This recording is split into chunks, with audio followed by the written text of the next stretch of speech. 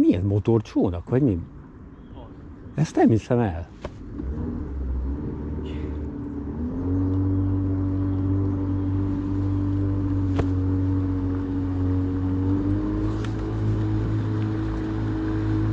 Erre nincsen tovább egyébként.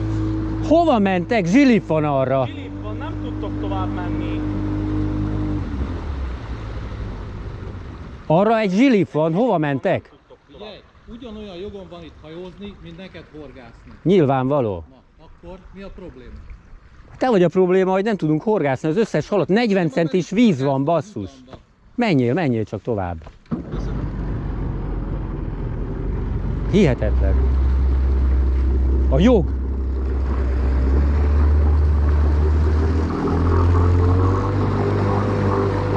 Eszem megáll, basszus.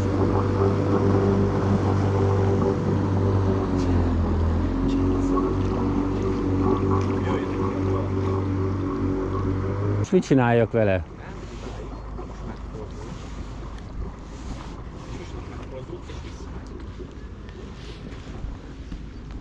Istenem, hát most ezt felejtsd el a horgászatot. Ha joga van, neki is joga van, az nem számít, hogy elbassza a másiknak a szórakozását. De milyen büdös. Hát ja, a benzint rányomta oda.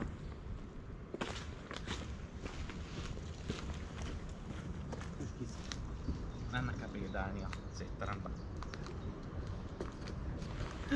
Királyok vagytok nagyon.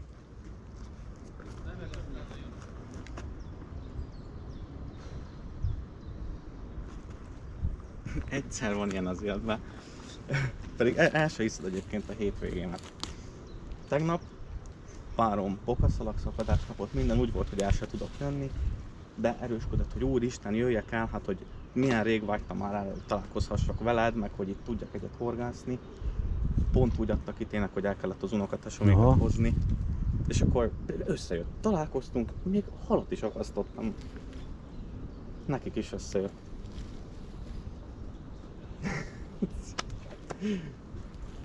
Istenem. Nem, ez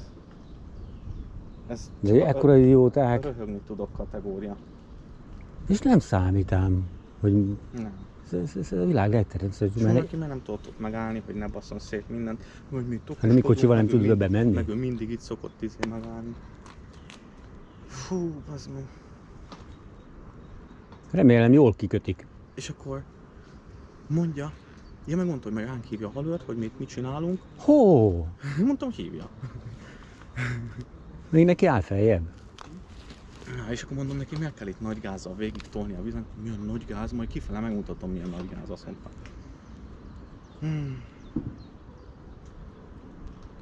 Ez egy szerencsétlen nagy gyerek. Nem vagyok verekedős. Istenem. Hát akkor most nem tudunk csinálni, most oda be kell menni előre, hogyha még valamit, vagy ott kint, nem tudom, hogy ott kint. Ott ugyanúgy összehozták. Hát ott azért valamivel mélyebb a víz, nem? Fú, ez a méreg, basszus. De most dobogott meg a szívem, nem a haltó. Ja, Istenem.